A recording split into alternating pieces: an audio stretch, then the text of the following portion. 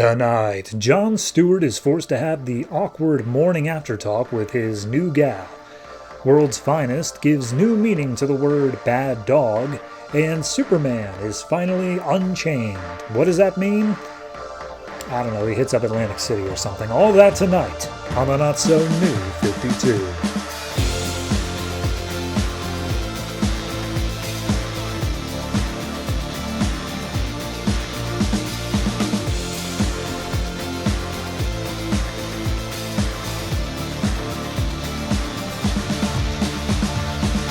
Hello everyone and welcome to episode 93 of the Not So New 52. I am your host and it's a normal week.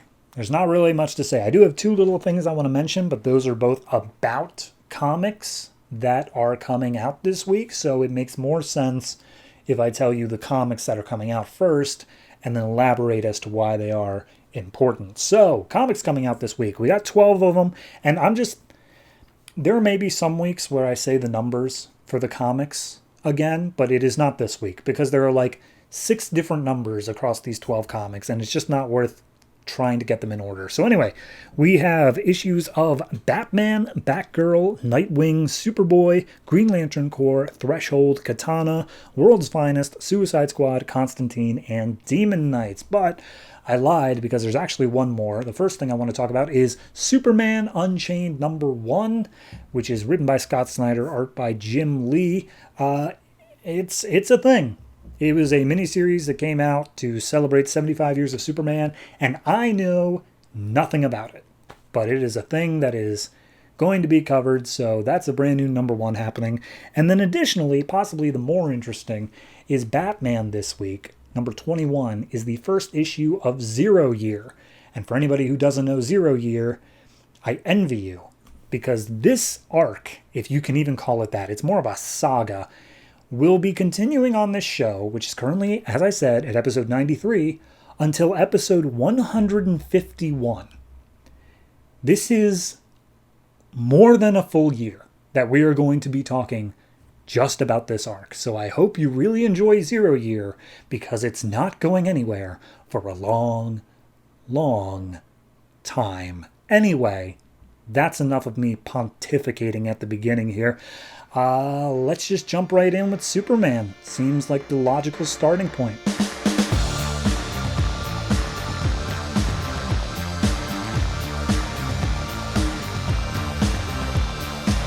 Superman Unchained #1, written by Scott Snyder, art by Jim Lee and Dustin Nguyen, though Jim Lee is writing the vast majority of this.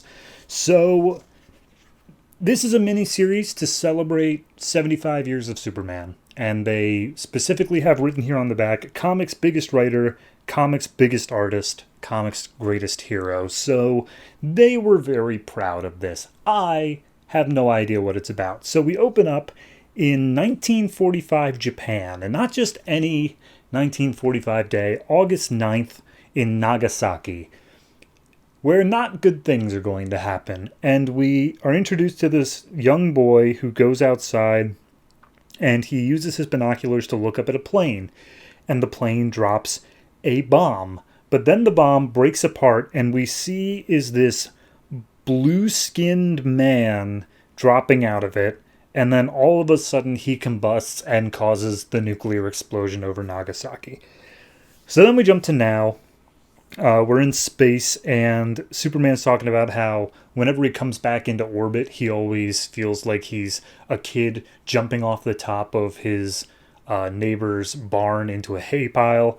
And then he realizes, like, oh, okay, what I've got to do now, though, is much more complicated than that. A bunch of satellites are just falling out of the sky, including this one called the Lighthouse, which apparently was this big international effort to whatever. It's unimportant because it's falling out of the sky, and the important thing is that it has a nuclear reactor in it, which, if it hits the Earth, is kind of a big deal.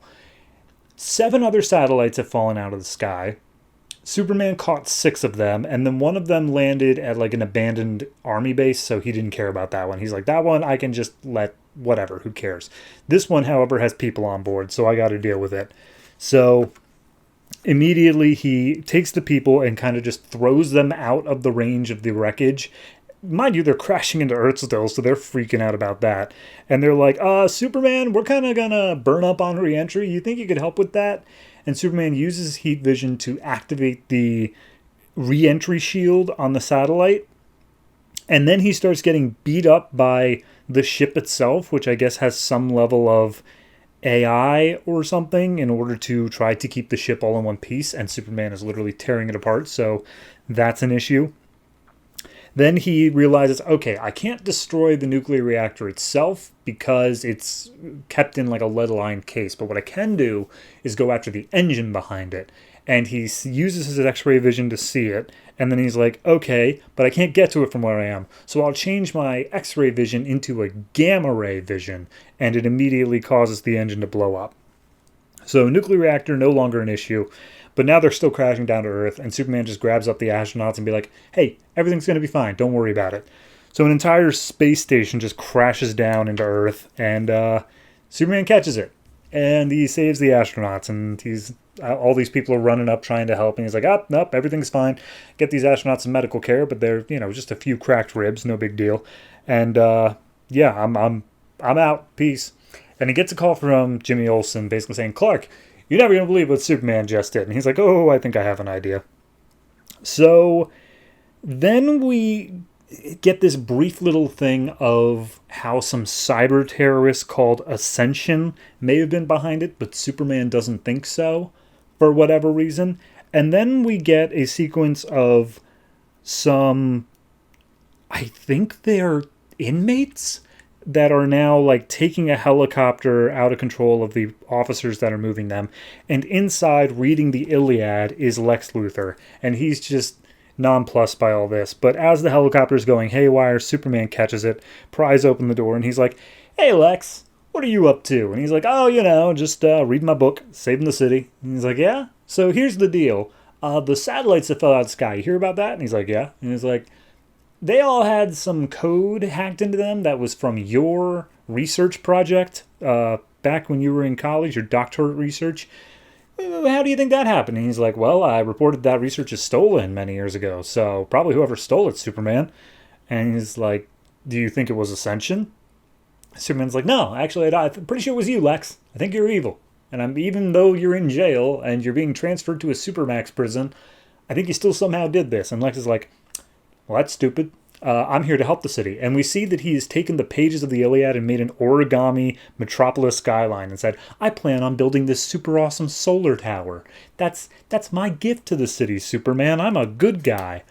So then we go to back as Clark Kent. He's talking to Jimmy Olsen, and Jimmy's basically talking like, oh, I got this drone from the Daily Planet. They want me to take pictures of like paparazzi stuff. Bruce Wayne caught me within like 2 minutes of trying to take pictures of him. And at that point, Lois calls up and says, hey, Clark, your article you wrote on the space station, why didn't you mention Superman in the headline? And he's like, because Superman wasn't the big part of it. He was there, he saved the day, but he's not like the headline of the story. It's about these satellites falling out of the sky. And Lois is like, yeah, okay, fine, sure, whatever. But here's the thing. In your story, you say he saved 7 of the 8 satellites. He saved all 8. Like, he got the last one. He pushed it out in the ocean. And Clark's like, let me call you back, Lois. So he goes out into the ocean. He's like, no, I didn't do that. Someone must have intervened, but it wasn't anybody in the Justice League. So who's got that kind of power running around? And he makes his way over there. And he sees in the wreckage is a handprint, a very large handprint, but it's a clear sign that someone human pushed it out of the way. And he's like, all right, what's going on here? And then all of a sudden he gets attacked by 2 missiles. And we see a submarine nearby being like, oh, crap, we just shot Superman. Captain, can you get General Lane on the line? So then we see General Lane, and he's like, did you guys shoot Superman? And he's like, yeah, no, we were trying to blow up the satellite to protect our national interests, and Superman just happened to be it. We didn't even know he was there. It's like, okay, well, stop talking about it, because he can hear you, you idiot. And he's like, okay, fair enough, yeah. So at that point, Superman, General Lane hops off, and he's just like, oh, it doesn't matter what Superman saw. He'll never be able to find us. And we see they're in this huge underground cavern. like full of weapons and stuff that I guess Superman has no idea about. And they're like, oh, but sir, if Superman is able to figure out that satellite stuff, he can find us. And Adrenaline says, no, he can't, because even if he manages to get here, he still doesn't know that we have our own Superman down here. And he's been working for the United States for nearly 75 years. And we get this blue-skinned guy with like a red energy and a star on his chest. And that's technically the cliffhanger. Though we do get Dustin Nguyen's bit here as the epilogue, where Jimmy Olsen comes up on Perry White, who is cleaning out his desk just to clean it out. And he comes across a pair of binoculars that he got from his grandfather, who was on the ground in Nagasaki reporting on all the damage. And he's like, oh, these binoculars, they're horrifying. The things they must have seen. Can you imagine looking up there and seeing what monstrosity was dropped upon you? And then intercut with all of that, we get 300 miles off the coast of Nova Scotia, a boat that has picked up in its fishing net a human being that is seemingly dead, has its eyes burned out, but then it starts talking and says, get me Lois Lane. So, a lot of threads all moving at once. Here's the thing about Scott Snyder. He's a lot of things, but what I think he is very good at is writing a good mystery. He gets you hooked very early on. It's very small little breadcrumbs of like, who caused these satellites to crash? Why did that American Superman, or whatever it is we're going to call him, get involved? Why is he a secret? There's a lot of good moving parts here. I'm intrigued to see where the story goes. As for the art, Jim Lee, yeah, he's great. He does a fantastic job here. I will say there are some pages that feel more rushed than others. I know that Jim Lee is not particularly good at budgeting time, so it's hit or miss sometimes, but overall, when it needs to hit, it hits well. So I'm going to give this one, as a first issue, I'll give it just a solid 8. It's got me interested. It's an interesting opening to a book that obviously it's a mini-series. They knew that going in, so they can tell a nice, concise, written story without having to worry about how to keep it going, how to have it be a part of the universe from now until forever. So we'll see where it goes with issue 2.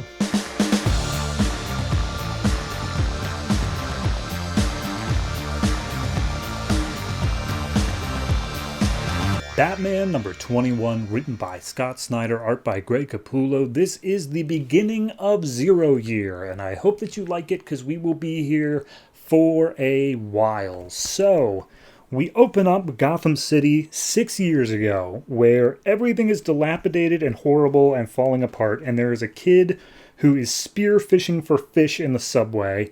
And the kid, by the way, is Duke. We do not get his name here, but he will come up later. So at that point, he gets accosted by some guys wearing masks and hoods. They chase him down, and then all of a sudden, Batman shows up and knocks them out on a motorcycle, a bat motorcycle. And he picks up his Duke's bag and says, you dropped your fish. And Duke's like, he thinks you're dead. He's going around telling everybody you're dead. And Batman says, good, he won't see me coming. And then we cut to 3 months before that. So, Red Hood gang, including their leader, is holding Bruce Wayne, who's wearing a disguise, a mask of like some redheaded guy, and he's taken a truck, and they're holding him at gunpoint saying, wow, we're surprised you managed to get in and steal our truck full of people that we need, but we're going to kill you and them as well. You have no escape here on top of this roof. And then he says, all right, Alfred, what's the math on me getting this grapple cannon to work? And he's like, you are not about to use that grapple cannon to hold up that entire truck. And he's like, watch me. So he floors the truck, puts the grapple cannon through the windshield, and then drives off the building and seemingly makes it to the other side. But then, as Alfred said, it ain't gonna work, so the line snaps, and the entirety of the truck just plunges into the river, but away from the Red Hood's gang. And Red Hood claps, Batman flips him off, and I say Batman, it's Bruce at this point. And then we just get a flashback to Bruce in his younger years, going around Gotham, just exploring the city. Cut back to now, and Batman is doing some weightlifting in a super high-tech looking lab using electromagnetic boots to hang from the ceiling. And he's like, okay, here's the thing about Red Hood Gang. Here's what we figured out. They are made mostly of rich people because, as it turns out, Red Hood is using their like dealings and such as blackmail, and he'll say he'll reveal it unless they join the Red Hood Gang, and they're like sleeper agents. Whenever he needs them, he just turns them on. There are a couple of people in there who are low-level actual criminals, but for the most part, it's all these rich people, so they don't really know what they're doing. And Alfred goes on a whole thing of like, oh, Master Bruce, when you came back from the dead in issue 0, I joined you on this quest so that I could talk some sense into you. You please, you must at least allow yourself to come back to life. Like, Bruce Wayne was declared dead, and Bruce is like, yeah, and that's really working well for me. I would prefer to stay under the radar, Alfred. And Alfred's basically like, all right, but fine, why are you doing this? And he's like, I'm doing this so no kid ever has to go through, like, Crime Alley stuff ever again. He's like, no, that's not what I meant. Why are you doing this? And so he puts on a hat with the Robin logo on it. Clearly it's not the Robin logo, but like it is, and I'm wondering what that is. And he steps outside, going to do some, some detective work. And then as he gets out, his Uncle Philip is waiting right outside the door. Philip Kane, the brother of Martha Wayne. So he's like, hey, Bruce, yeah, no, how's it going? I had some PIs sent around the world trying to find you. They heard about, like, some dude who died bungee jumping, or some guy who, like, was in a fight pit. And it's like, yeah, totally wasn't me. That wasn't what I was doing. And he's like, yeah, regardless, I figured that if I just kept an eye on Alfred after a while, that you'd show back up with him. That made the most sense. Anyway, hop in my car. I want to go talk to you. So they drive over to the Wayne Industries building, which apparently Philip Kane is now in charge of after Bruce was declared dead, and they have the giant penny outside the building. And Philip's basically telling them, like, look, Wayne Industries is doing great. We've got a whole bunch of, like, weapon and defense contracts and stuff like that, but we really need you back at the helm because this isn't my company. We need a Wayne to make it great. And he explains the history of how when the Waynes and the Kanes joined together, their companies merged and blah, blah, blah. Whole lot of whatever. But at that point, Bruce is like, I'm not here for that. Like, you can't convince me otherwise. I'm not going to come back to this life. And he's like, well, I get it, Bruce, that, there's a responsibility to do these certain things, and, like, sometimes you just got to own up and do it. And he's like, all right, but that's not me anymore. I'm not Bruce Wayne company guy. And he's like, all right, well, who are you? And we get a flashback to Bruce after his day exploring Gotham. He goes to his dad, who is fixing up a car, and he's basically like, oh yeah, I was out exploring the city. And his dad's like, you do understand you're a Wayne. Like, you shouldn't be out there all alone. Please don't do that, son. But regardless, did you have fun? And he's like, yeah, no, it was great. It made me feel like I wasn't this rich kid. Like, I was just any other type of kid. And he's like, fair enough. So then he pulls out this little thing saying, like, by the way, check out what Mr. Fawkes from the company made me. It's this 3D mapping sphere. You throw it down into, like, a place where there is a fire or whatever, and it can map the whole area so you know what you got going into it. Super cool. So then we see Bruce drives up to Wayne Manor, modern day. He's got his briefcase full of masks, and then he's like, nope, not bothering with that. And he just drives away again. And then we go to Wayne Tower, where Philip Kane is talking to a mysterious, unseen figure. It's the Riddler, and technically it's Edward Nygma before he is the Riddler. But he goes on the whole thing saying, like, dude, I hired you to be my strategic leader of Wayne Enterprises. Underneath your help, we have done great, but we've stalled. And you said that if I, like, said this stuff, then Bruce Wayne would come around. He didn't. So, like, what are we supposed to do here? And Riddler just throws it all out. He's got, like, a murder board going on with, like, strings crisscrossing the room. And he's like, don't you see? This isn't a mystery we're dealing with. This is a riddle. And riddles unlike mysteries, typically have very simple answers when you figure them out. And he walks up to Philip and says, if you want to know how best to serve the company, you have to kill your nephew, Bruce Wayne. And then we get one last flashback to Bruce as a kid. He has the little mapping sphere thing, and he walks up to this hole in the ground off of the Wayne Manor estates, seemingly like a cave. And that's it. That's where it leaves off. I mean, you really have to get the Zero issue. No, I guess you don't need the Zero issue. Zero issue just adds more to the whole Red Hood thing. But I don't think it's necessary for this. It is very helpful. As for this specific issue, it's fine. It's just setup. It's just putting in the players that we're going to need. We're setting up Riddler is a main character in this. Philip Kane is at least a supporting entity. We have Alfred's position on Batman before he becomes Batman. We have Bruce Wayne and how he feels about everything. It's just moving all the pieces into place and where we're going to go from there. I'm all right with that. It's not the worst thing in the world. It's not standout amazing yet. I think that opening with that scene of Gotham being in ruins is a good idea, but I'm also worried the fact that 0 Year takes over a full year to do. So if that's not going to be something until we get to like 9 months from now, maybe you should have had a closer lead in. That's my only worry here, but that's something that I only have viewing it a decade later. So I'm going to give this one I'll give it a 7.5. It's good. It's not standout great, not quite, but it has promise. So we'll see what happens in the rest of 0 Year Secret City.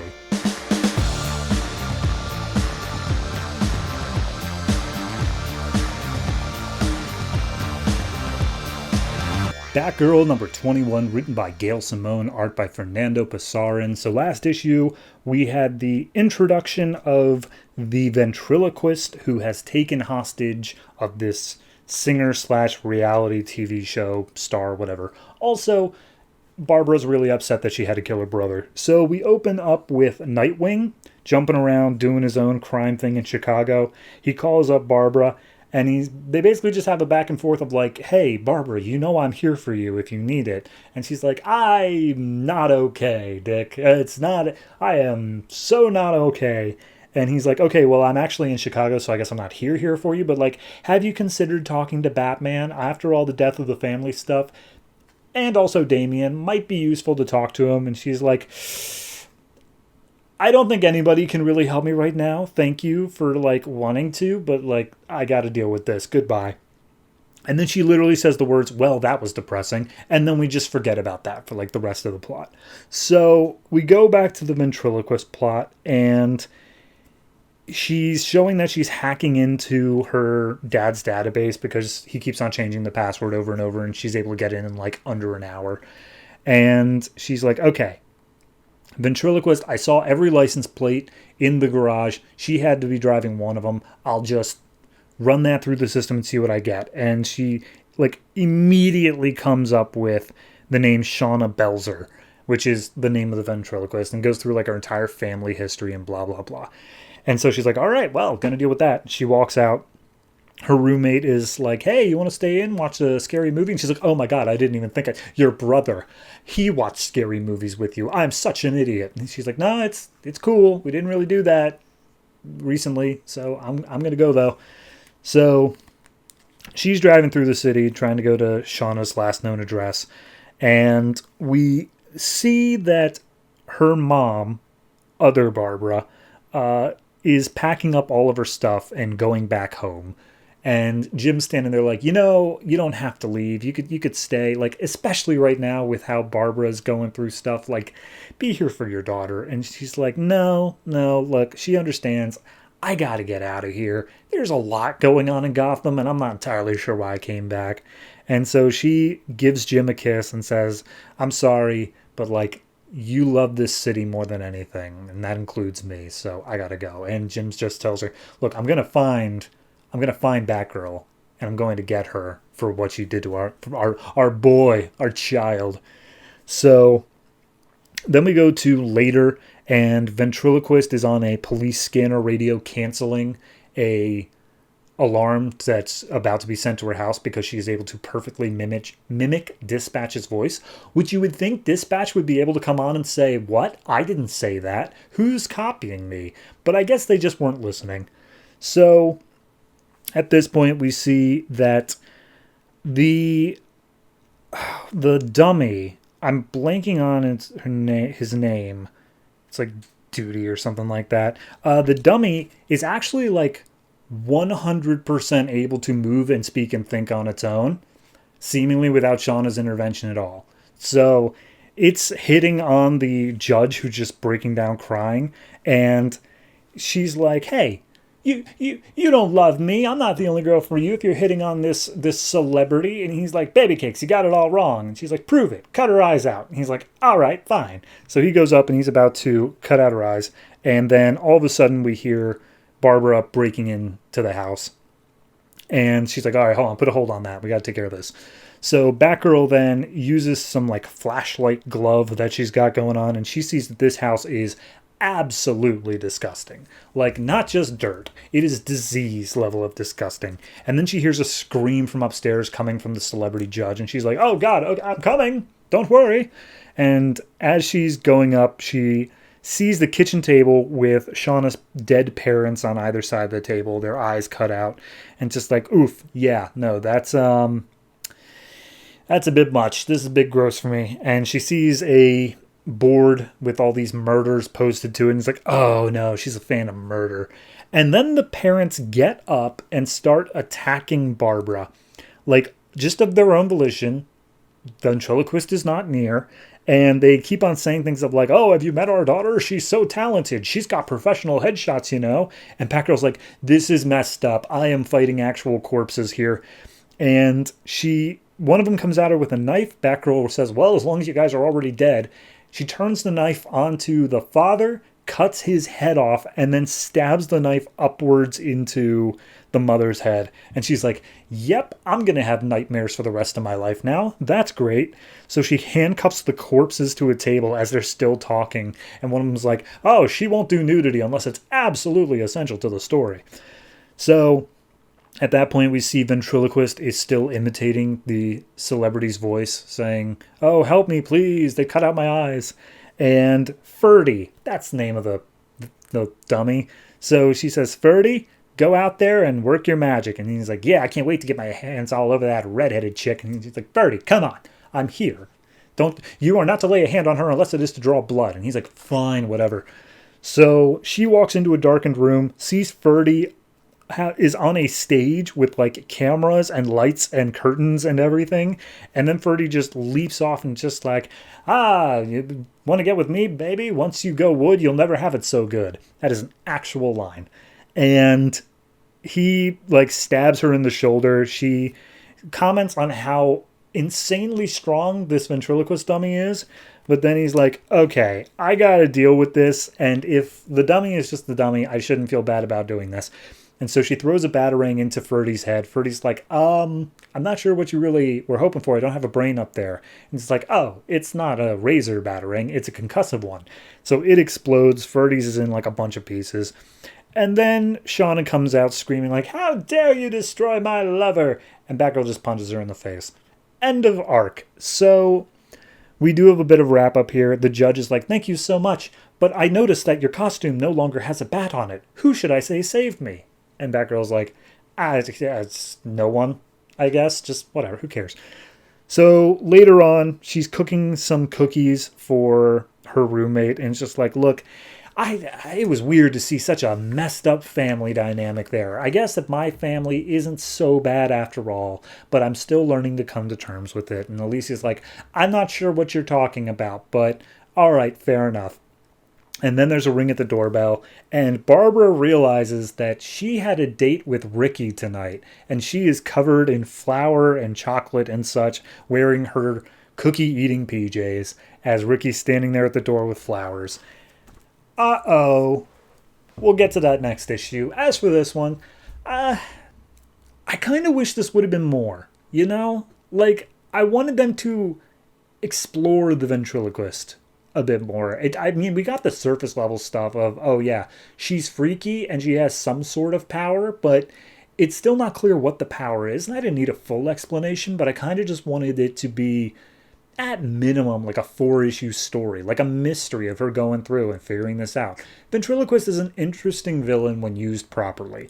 This one felt more like the B plot, admittedly. It wasn't. It was the majority plot of the story, but it just felt like we didn't want to do this, if that makes any sense. If it was required that there just be a villain here. So, I don't know. I was just hoping for a bit more, I guess. Long story short. I'll give this one, though, I'll give it a 7. A lot of that, though, is on the writing. I thought it was actually pretty funny throughout, especially Ferdy's lines. Because he's messed up, but he's snarky. And I appreciate that when it's written well. So yeah, I'll give this a 7. And we'll see what happens with Batgirl's date. Uh-oh.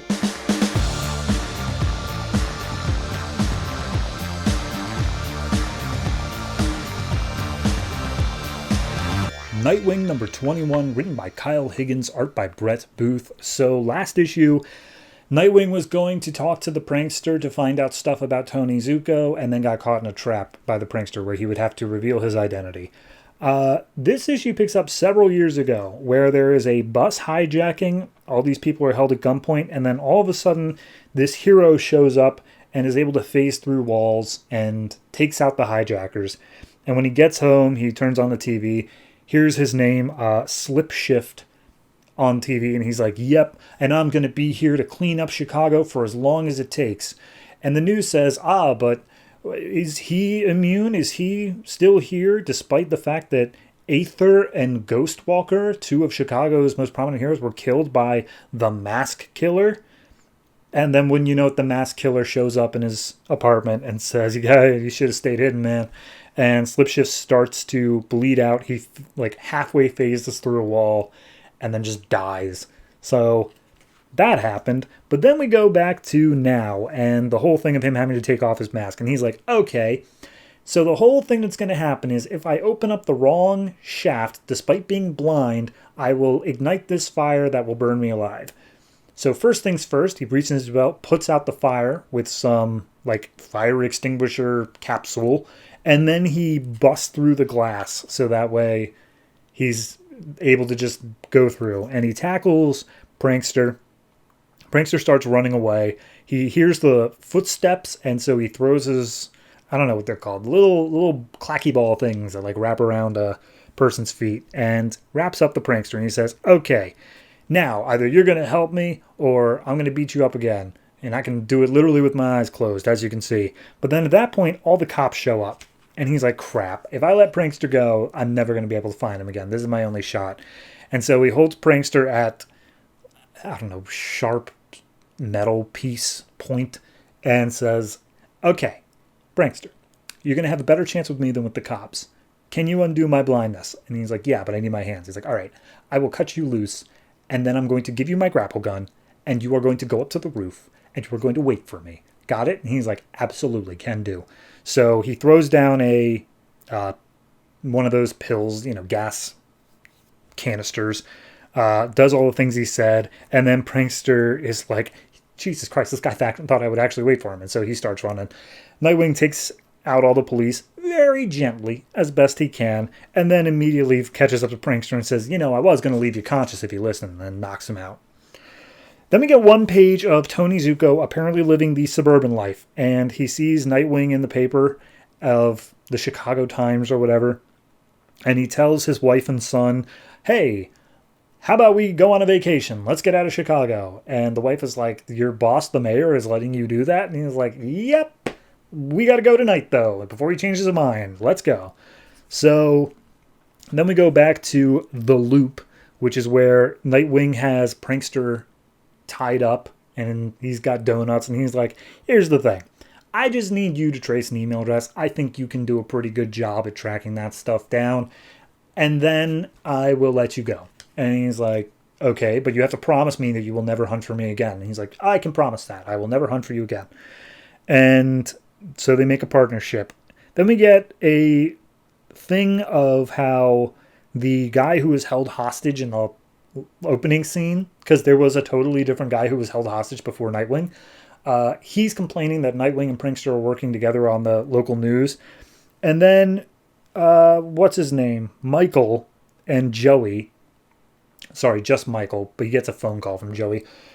Michael is met up with by a detective who says, hey, we found this camera at the crime scene. We thought it belonged to Prankster. We were hoping you could get something off of it, and then, you could get a news career going. And he's like, I'm interested. So Prankster, he's like, okay, whoever you had do your tech stuff before is an idiot, because this was ridiculously easy for me. I've managed to track down the IP address to inside of City Hall. And not only that, I've traced down that there is a name that showed up in City Hall without any sort of records named Billy Lester. And he's almost certainly your Tony Zuko. That's your guy. And Nightwing's like, all right, cool. Thanks. And then he handcuffs Prankster to the wall and takes away his tech. And Prankster's like, dude, we had a deal. And he's like, yeah, deal still stands. I promise I won't hunt you anymore. But I'm going to tell the police where you are. Tee-hee. And then he runs off. So Nightwing makes his way that night to the home of Billy Lester. He goes in. Nobody's there. They've all left. And he sees a picture on the mantelpiece of Tony Zuko and his new family. And he's like, oh, God, he's here. It's really him. But where is he now? And then we see the cops going to where Prankster was being held. Prankster, of course, escaped, and he left his mask. And the cops are like, but why would he leave the mask? And the cop is like, so that we know the game is just beginning. And I'm sure we'll get more of them as we continue. It's a fine issue. I actually appreciate the opening more so than pretty much any later part of the issue, because the opening hints to this larger thing going on, these mask murders. I'm super interested in that. That sounds so much better than any of this Prankster stuff going on. And the fact that the Tony Zuko stuff is being kept interesting, I don't want to say it's not, because the fact that it seems that he has genuinely turned over a new leaf, I like that. I think that's an interesting angle to go at it, where Nightwing's like, are you able to forgive someone who is on a better path now? I guess is the primary question we're going to be coming up with. I hope we get to there. But no, I'm much more interested in this mask murder thing. It's super intriguing to me that basically someone did The Incredibles. So overall, I'm going to give this one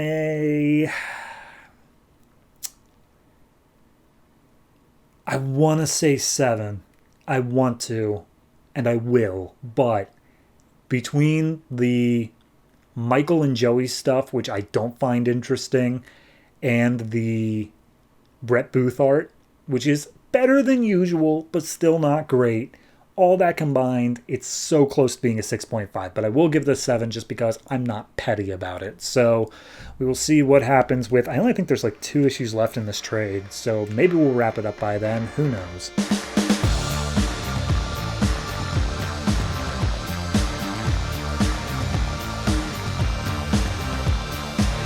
Superboy number 21, written by Justin Jordan, art by R.B. Silva and Edgar Salazar. So last issue, Superboy decided to team up with Dr. Psycho to hunt down Hive, because somehow we managed to get there. This issue picks up with a single page deep in the Arctic. Crypto is facing down some polar bears. He growls back at them and they run away. That happened. So then we pick up back in Superboy's apartment, and Dr. Psycho is looking over his murder board with all of his paper clippings and strings and such. And Superboy's bored out of his mind, and Dr. Psycho's like, look, here's the thing. This is every instance of psychic stuff that can't be explained, and you better bet Hive is also looking at this stuff.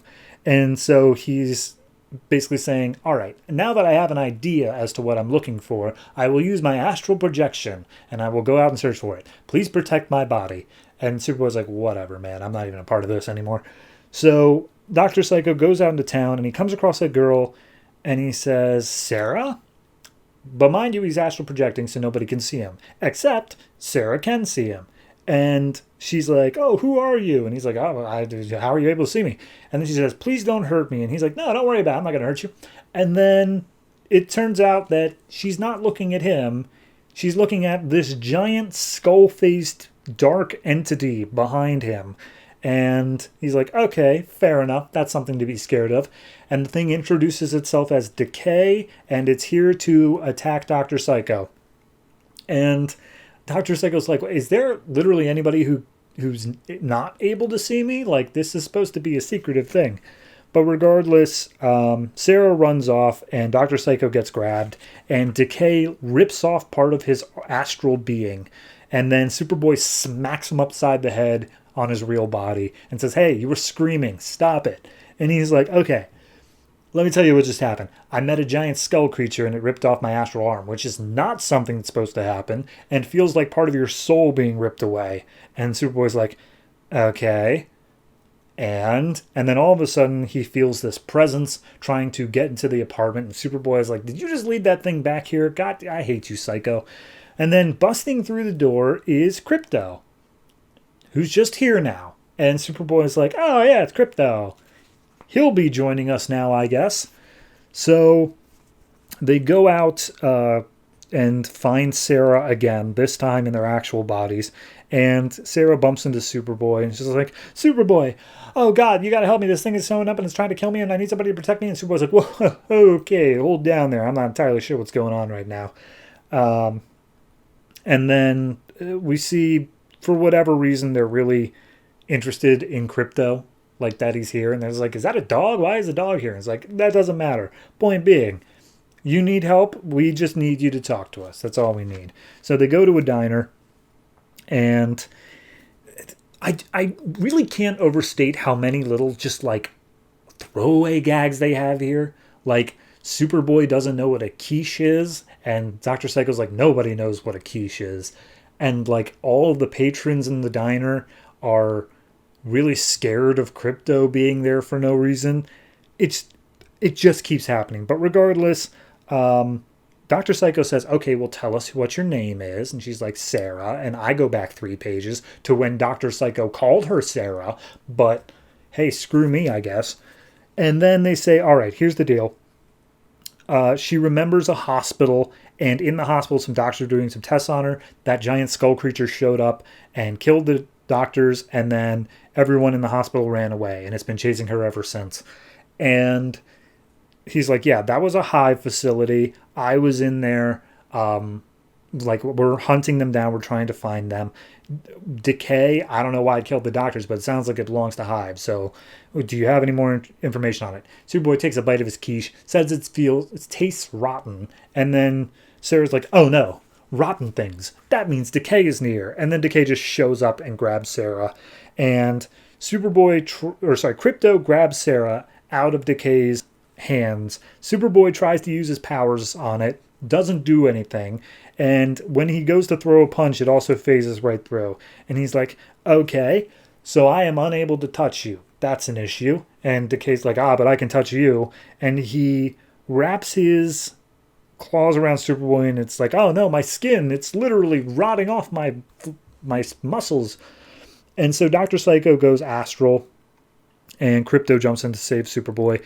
And as Dr. Psycho tries to wrestle with Decay in his astral form, it also doesn't work. So he's like, okay, well, he's not there astrally or physically, so he's not there at all. And then he says, I have an idea. And he goes over to Sarah and threatens her with a knife. And all of a sudden, Decay just disappears from the fight he's having with Superboy and reappears over top of Sarah. And Psycho comes to the conclusion of, okay, this Decay thing is what Sarah's powers are, because she didn't know what her psychic powers were. She's never manifested them, but because Hive was interested, clearly she had some power. And so her power is to manifest this Decay thing as like a protector. And so at that point, it's still threatening people. It's still like is possibly harmful to her. So Superboy says, Sarah, you've got to stop this. You wanted me to protect you. Let me help you. You've just got to be open to it. And Sarah's like, I don't want to hurt anyone. And she's like, good enough. And so Superboy grabs Sarah's arm, pulls her out of Decay, and then uses his telekinetic powers, to put her in a temporary coma. by just taking all the blood out of her brain for like a few seconds, which I feel like would be worse than a coma, but I don't know medical science, so sure, whatever.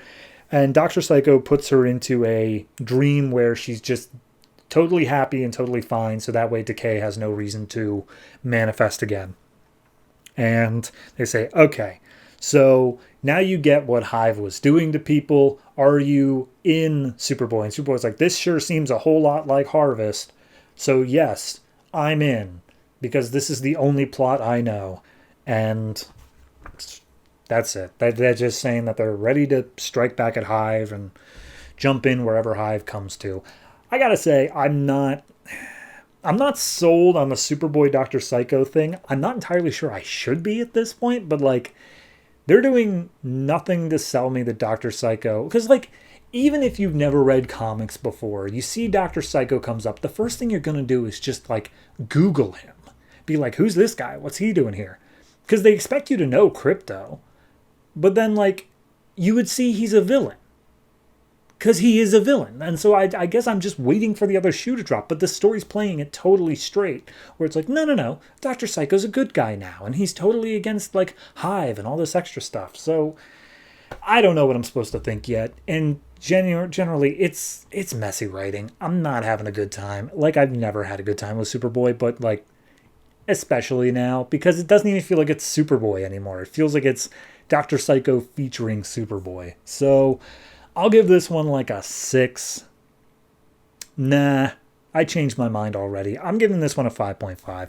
It's just not good. It's not a good book. It's not the worst thing ever, but like, it didn't make me angry. It's just not good. So 5.5 is the highest I feel safe going to.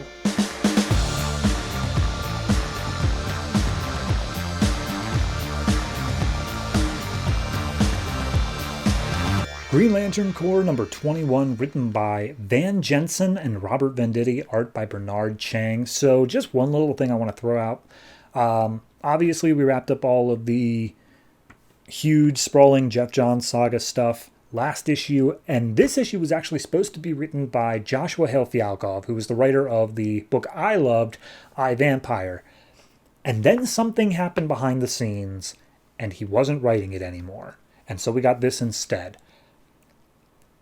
I mourn for what I never had. So anyway, on to this book. We see John Stewart and Fatality, who is very insistent on being called Yira now. I will not remember that. And they are rushing their way towards a planet Kosh, where there is a nuclear reactor that's about to melt down. And of course, Fatality's taking this moment to say, hey, John, do you love me? And he's like, that's a complicated question with a complicated answer. And she's like, no, nothing's complicated about love. I love you. And he's like, okay, can we talk about this when there's not a planet with 9.8 billion people on it about to explode because of nuclear stuff? And she's like, I think that I deserve an answer. And he's like, all right, whatever. So they make their way into this reactor. Everyone is dead, and the ring says no signs of life identified, except for some unidentified life forms nearby. And it's like, what do you mean unidentified? Like, you should know every alien life form, right? And it's like, yeah, but we don't know these types. So they make their way deeper in, and they say, at this level, the radiation would kill us normal people, like, instantly. But for some reason, these creatures, who are these giant, like, lizard-looking creatures, are able to rip it apart with their bare hands. And so they're like, all right, Green Lantern police, hands up.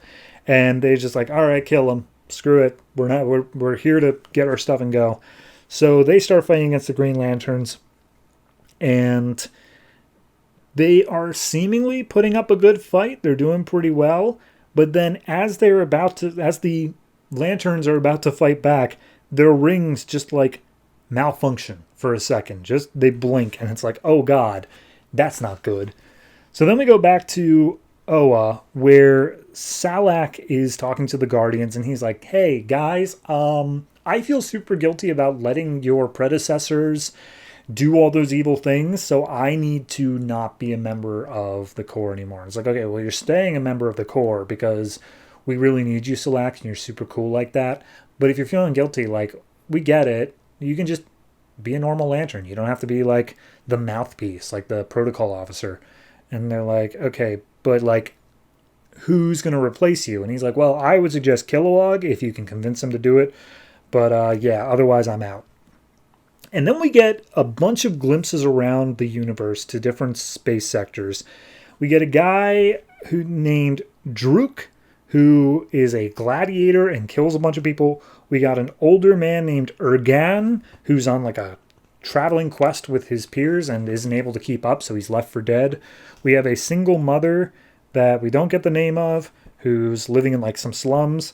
And we get this dude in the middle of a huge crowd of people that are all just yelling and arguing at each other, but he's silent and tiny. And they're all going to come back in like 5 seconds. So then we go back to Kosh, where the lanterns are barely managing to keep their stuff up and running so they don't die of radiation or by these mystery aliens. And then the system comes back up. Everything's fine again. So he's like, all right, that was weird. Anyway, the reactor's about to go off now. We got 10 seconds left. It's either we choose to chase down the aliens or we stop the reactor. And of course, they want to save lives. So they put up a shield around the reactor. And Yura's like, our love will protect us. And John's like, this fucking God. Yeah, you know. And Yura's like, I get it. You can't say it. Whatever. So a giant nuclear explosion happens, and the aliens are like, you can count on Green Lanterns to be martyrs more than anything else. So then we cut back to Oa, and Salak gets stopped by some other Green Lanterns, and are just like, hey, you were working with the Guardians. You're the ones who caused so many Green Lanterns to die. And he's like, I promise you, I didn't know any of that, but like, yeah, no, I feel super guilty that it happened on my watch. And so one of them just Green Lantern like slaps them with a construct. And then Soranik shows up and stops the beatdown and says, hey, he was a Green Lantern just as much as you. We all lost people we loved. Get to stepping. And so they leave, and Salak's like, you should have let him beat me up. I feel awful. And it's like, well, that wasn't going to do anything for anybody. So at that point, Salak brings up accidentally how Korugar was destroyed, which Soranik is from. And she's like, yeah, you were meant to serve the Green Lanterns. I was meant to serve Korugar. We both kind of failed, but you know, it's something you got to get over. It's something it's not on us. It's not our fault. And we see a bunch of Green Lantern rings flying off planet to go find their new things, as we saw happen in Green Lantern number 21. And Salak explains yeah, Kilowog's going to take my place, and I don't know who's going to train the new Lanterns, but regardless, I'm going to go through and try to find what the old Guardians were hiding. If there's anything else, then maybe I can figure it out before it rears its ugly head again. So at that point, alarm bells go off. Lara Flees is showing up. So they go off to attack. Then we go back to Kosh, where turns out John and Yura survived. And Yura's like, oh boy, for our next date, let's go somewhere without any nukes. And so they share a brief little laugh and they say, all right, but for real, let's go chase down those aliens because they're bad news. So they make their way over to a spaceport. They see the aliens, but then the aliens transform, they shapeshift into the race that is normally on Kosh. And they're like, help us, those lanterns are trying to kill us, as the security guards come in. Then we go back to all the different people that I listed off before. The gladiator, the traveler, the single mom, and the little dude in the thing. And they all get Green Lantern rings. And except for the traveler guy, nobody wants them. The gladiator was much happier killing. The single mom is leaving her kid behind. And the dude in the, arguing center or whatever, he doesn't want to be an outcast. So when everyone sees him they're just like, man, Green Lantern sucks. That kid sucks. He's who needs him? So the security guards are about to fire on John and Yura, and they bring up the point, and the completely valid point, that the Green Lanterns through the Third Army and the First Lantern have really put the universe at risk, and they're no longer welcome. And so they start getting fired upon. The ship takes off and manages to get away from them, and John gets the call on his ring about Larfleeze attacking. So Yura's like, you go, take care of Larfleeze. I will follow up on that ship. I'll see if I can trace down where it goes. And she's like, but hey, try to consider that me and you can have a life together outside of the core. Just think about that. And then he goes on his way. And we see the alien ship is like, okay, we shouldn't have gotten caught in the first place, but like the fact that we did, we're good to have gotten away from them, because for centuries we've been in the dark, but now that the lanterns are weak, we're finally coming out. We are the Durlans, and we're here to take revenge against the lanterns.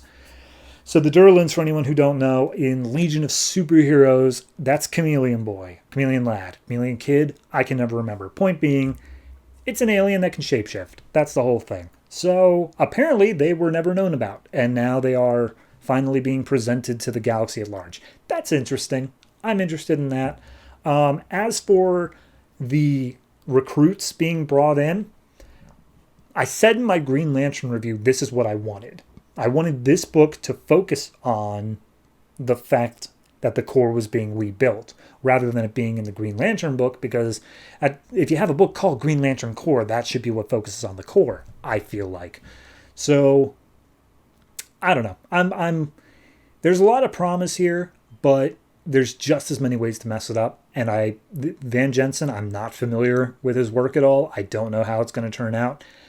I'm optimistic. I don't want to come into this as a negative viewpoint, so I will give this one, I'll give it just a flat 7. I'm feeling good about it. I like the idea that these new recruits are not ideal candidates, but are going to have to be more or less whipped into shape. So if we get more explanation on that here, I'm down for it. I'm interested.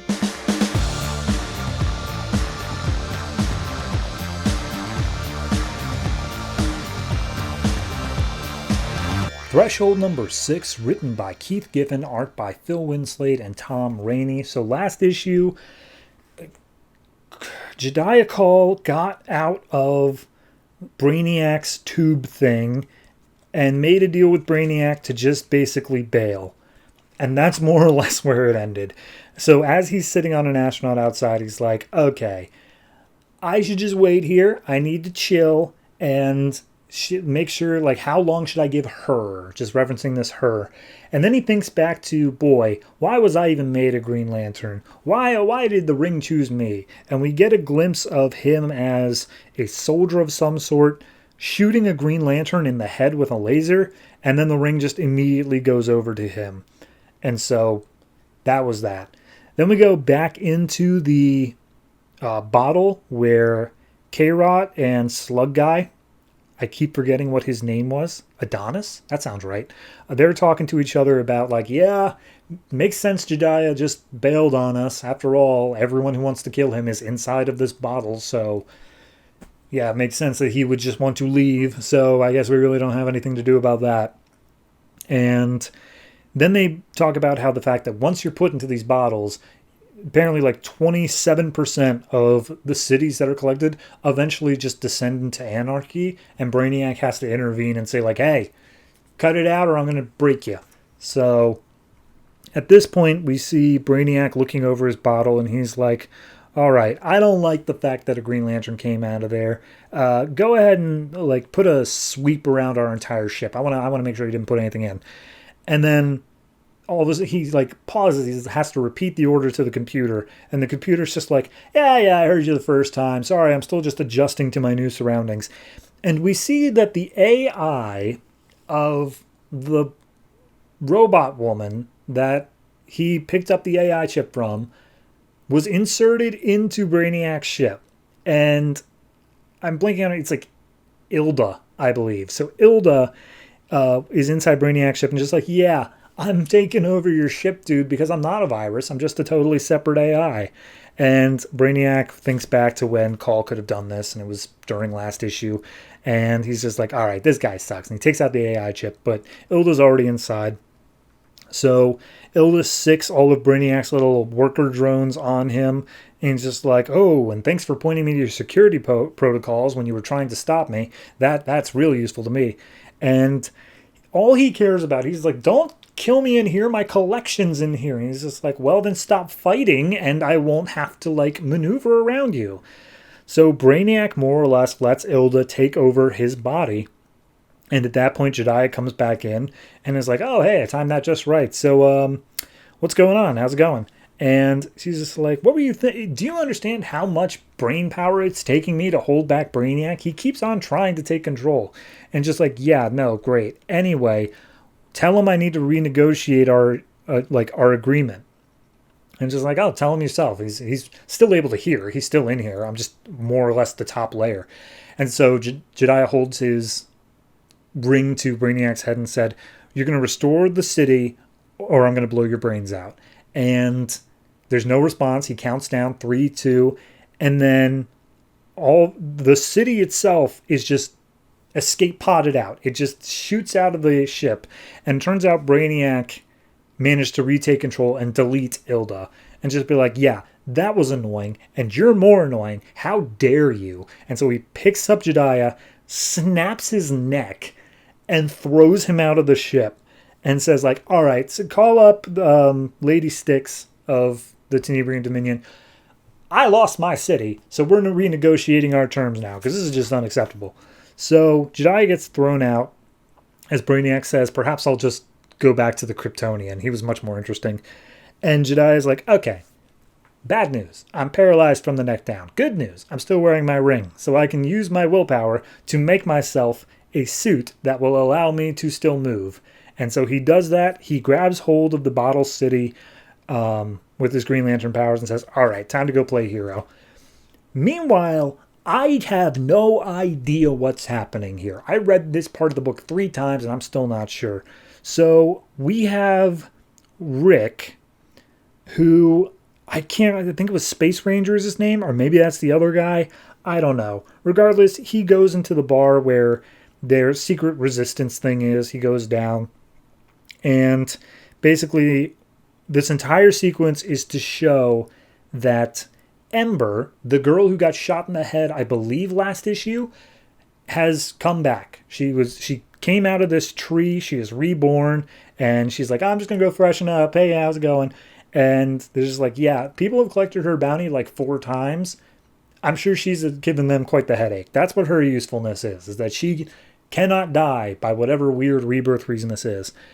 And then the other thing is that Lonar, the guy who thinks he's a god, is currently talking to Blue Beetle. And they're just discussing that as to whether or not it's going to be a problem.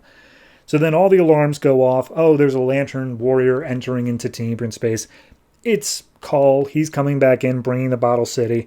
And so a bunch of ships pull up and start firing on him. And he's like, you idiots, I'm trying to bring back the city and make a deal for my life. Like, that's... I'm trying to help, all things considered, but he is super pissed off about everything that's happened. He uses his ring and just destroys all the ships at once. And all the crowds are able to see this via the glimmer net, and they're all cheering him on like, oh my god, he's so cool. He's my #1 favorite now. And we then see Lonar and Blue Beetle are also watching this on the screen, and Lonar's like, hey, here's the thing. I've been telling you about the games and all that, but I can also get you home, and I can remove the scarab from you. I am Lonar. I am God. I can do that. And Blue Beetle's like, seriously? You can do that? And he's like, yes, but as long as you help me, I'll help you. And he's like, what? Or else you'll have to kill me or something like that. And Lonar just goes silent, and Blue Beetle's like, hello? Please tell me you're not going to kill me? So then we get one last thing of Star Hawkins, the guy who was the husband to Ilda. And he's looking all sad. And so he hops on the phone and says, hey, get me another fembot. Add in the bodyguard standard stuff. And he pulls out another AI chip from his drawer and says, damn it all, Ilda. So, yeah, that's that. Also, the backup stories in these now have to do with Star Hawkins, but I will get to that on a 5th week. It's fine, I guess. I'm lost on this book. Like, I don't know what it's really trying to do anymore.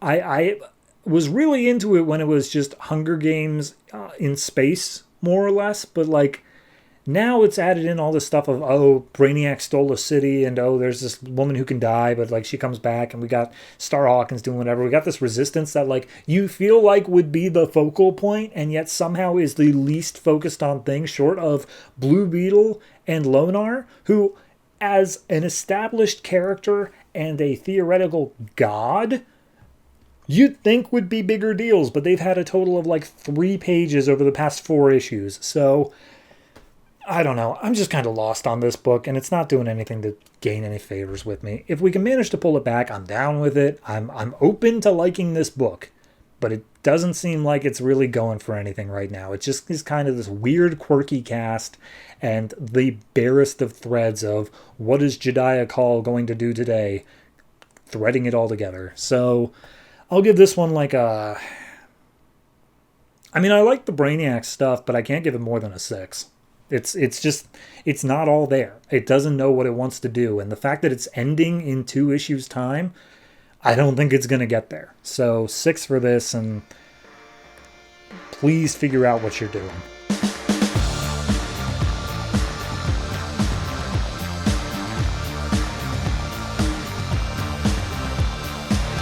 Katana number 5, written by Nocenti, art by Cliff Richards and Alex Sanchez.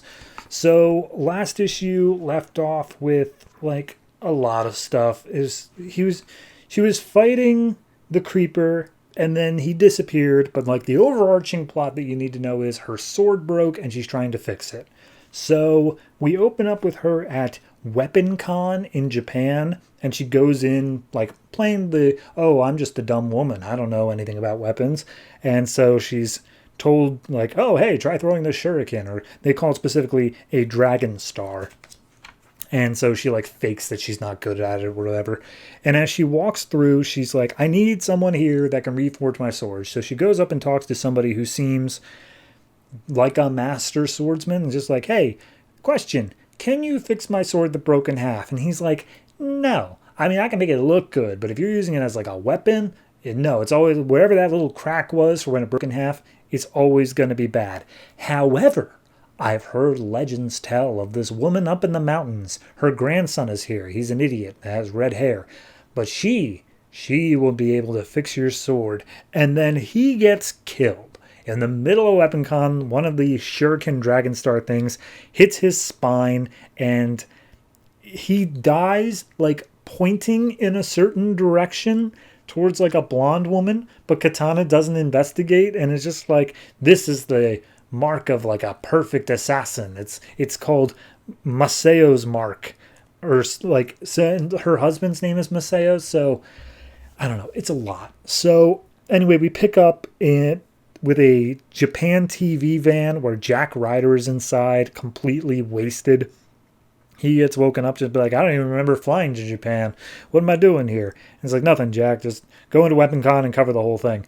And someone's died inside. And he's like, fair enough. And also other people were like, hey, Jack Ryder, weren't you dead?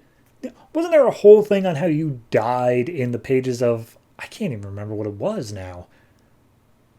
What did he die in? Nothing important. So either way, he's just like, nope. I'm still here. Rumors of my death greatly exaggerated. And so he covers the death and says like, yes, it was a dragon star and it hit this woman. It hit this guy's spinal cord. And Coil and Sickle are watching on from San Francisco saying, Masayo's mark. The Sword Clan in Japan is attacking her. I'll be on the first plane over. So Katana goes and finds the redheaded grandson. He's a ladies' man. All the girls are swooning over him because he's the grandson of somebody important. And so she gets into Katana gear, jumps into his car as he's driving away, and says, hey, here's the thing. Drive me to your grandma's house. And he's like, I know you. You're Katana. You're blacklisted. Why would I help you? And she's just like, if you help me, I'm sure it'll make you seem like a bad boy. And he's like, fair enough. Let's go to my grandma's house. And then they are hit by a pickup truck that nearly drives them off the road. And jumping out of the pickup truck is Swagger, the assassin of the Sword Clan, who is a blonde woman. So probably the woman who killed the dude in the con. And she jumps out with her sword. She fights with Snake style. And Katana just kicks her in the face because he's like, oh, I bet a pretty woman like you would hate that. And she does.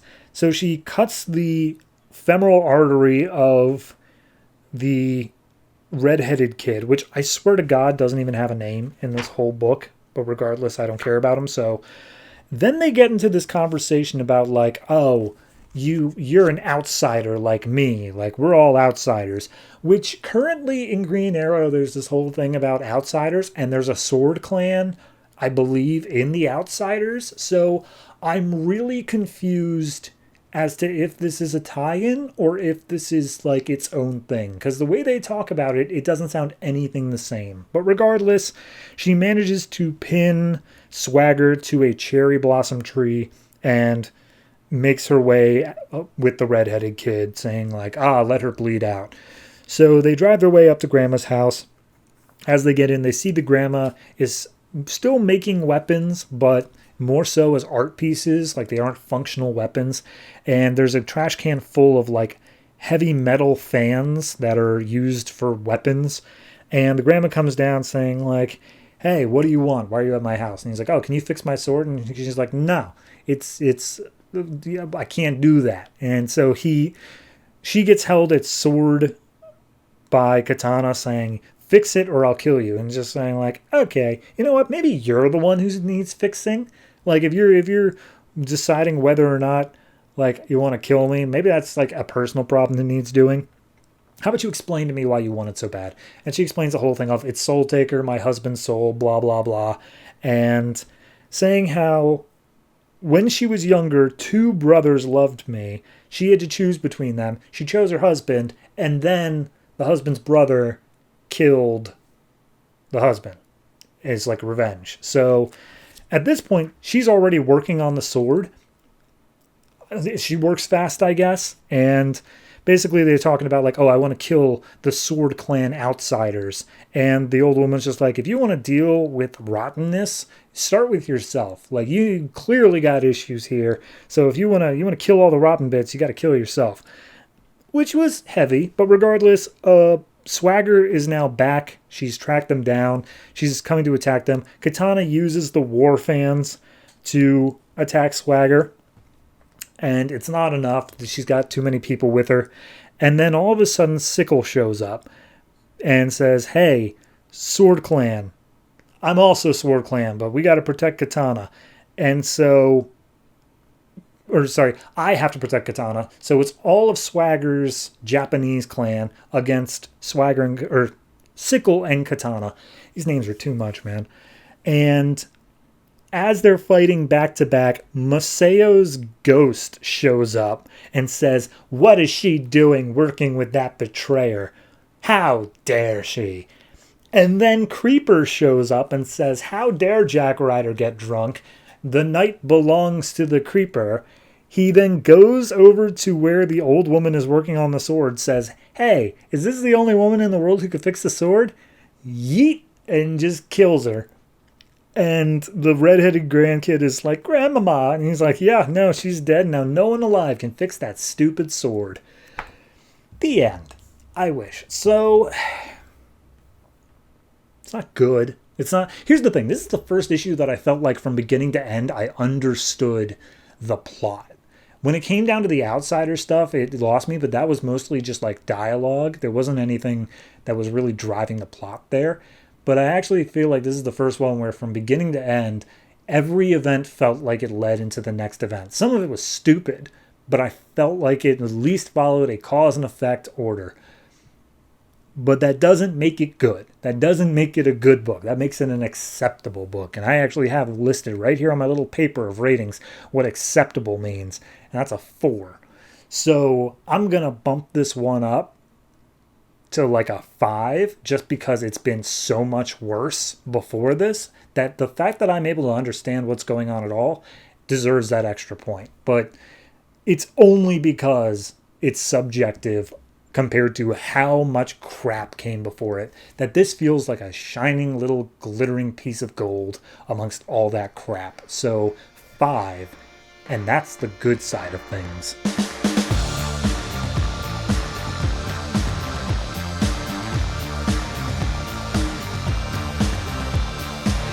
World's Finest number 13, written by Paul Levitz, art by Robson Rocha. So last issue, Desaad apparently took over Holt Industries, which then absorbed Star Industries, or I should say destroyed them. But then apparently, according to this issue, they did a hostile takeover and bought them out like overnight, which I don't think is a thing. But regardless, we open up at the SEC where some random office worker is being held hostage by Helena and basically said, like, all right, tell me where I can find the Star Industries file and why exactly they were able to be hostile takeovered.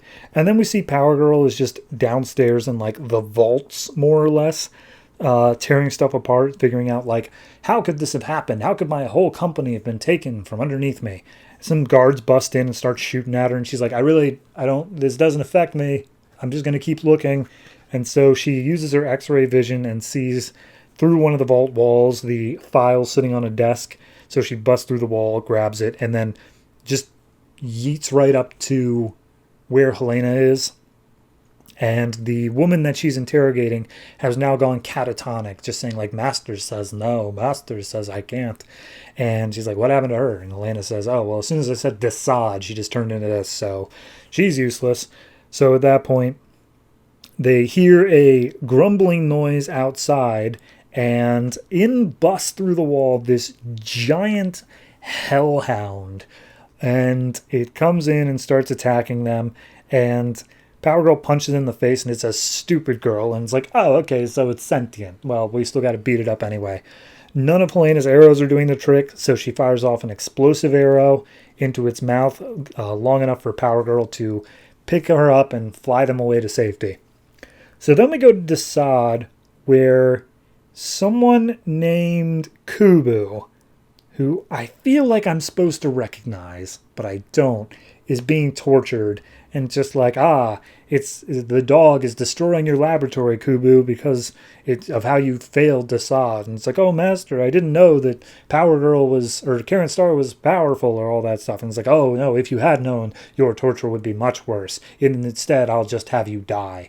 And so he kills Kubu. And then he goes into, like, a computer room where he's talking to all of his operatives saying, have you found the ones that I seek? And they're like, no, we're still looking. So we're in Alexandria, Virginia, where Helena has a safe house, and it's, like, super old and stuffy, and Karen calls it out for being as such, and she's like, yeah, this is just like your dad's house. Everything in there was, like, 5 generations old. And she's like, I think it's cozy. And she's like, well, agree to disagree, I guess. So at that point, the hellhound busts through the wall again without them noticing. And it's just like, Christ, how did he find us so fast? All right, look, we got to figure out a way to beat this thing now. So they start fighting it again. It's like, oh, I'm stronger than you, girl. And Power Girl just punches in the face and says, shut up. So Helena throws some grenades in its mouth, hoping that will do the trick. Instead, it just continues to fight Power Girl down the street of this small Virginia suburb. So then we meet a guy named Marbury, who's talking to Desad, is under his control. Again, feel like I'm supposed to recognize Marbury, but I don't. And Desad's basically like, hey, Marbury, look, here's the thing. You served me. You done a good job. I'm going to reward you. And Marbury's like, oh, thank you, Master. And he's put into this super painful transformation machine. And Desad's like, here's the thing. Because of the things that Power Girl stole from Holt Industry, I think she knows how to, or that she is at least from an alternate world, and she may have reason to get back. I need you to figure that out because I have been trapped on this earth for too long. So go out there and get it. And Marbury turns from just this normal lanky-ass guy into this huge hulking monster. And it's like, Marbury will not fail, Master. So the dog is destroying downtown. Police come driving in. They immediately get hit away. And Helena's just like, yeah, that tracks. And then she remembers her dad saying, like, whenever you've got a bigger enemy, use the environment to your advantage. So she sees some electrical wires and, like, a power grid and all that. So Power Girl's fighting against the dog some more. And apparently its name is Sniffer, which is just the most adorable name for this giant hellhound. And Helena calls over to Power Girl saying, hey, bring him over here and I'll take care of him, but I need you to, like, wrap him up. And she's like, oh, okay, I see what you're getting for.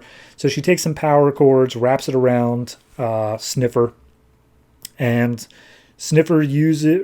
Helena uses the power cord and one of her arrows to basically overshock Sniffer, so he's fried more or less. And Power Girl's like, I don't get it. How were you able to shock him, but I wasn't able to, like, beat him back? Am I getting weaker on this planet? And Helena's like, I hope not, because if so, Desaad's about to send even bigger things, and we need you at full strength. So, yeah, that's where it ends. It kind of just ends. Like, there is no fade out, like, go to credits thing. It's just well, we're going to have bigger monsters showing up. So, yeah. It's fine. It's an okay issue.